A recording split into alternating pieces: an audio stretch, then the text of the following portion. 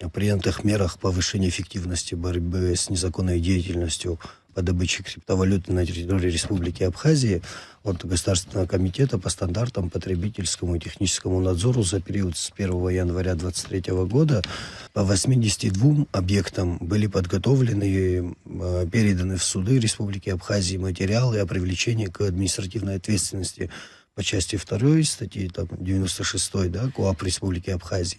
Из них по 48 материалам судьями Республики Абхазии вынесено решение о привлечении собственников к административной ответственности. Общая сумма вынесенная штрафов составляет 2 миллиона 475 тысяч рублей. Оплачено в государственный бюджет Республики Абхазии на сегодняшний день из этой суммы 945 852 рубля. Выдано на вывоз за пределы Республики Абхазия 392 единицы майнинг-оборудования. На складе временного хранения госстандарта Республики Абхазии хранится более 2000 единиц оборудования.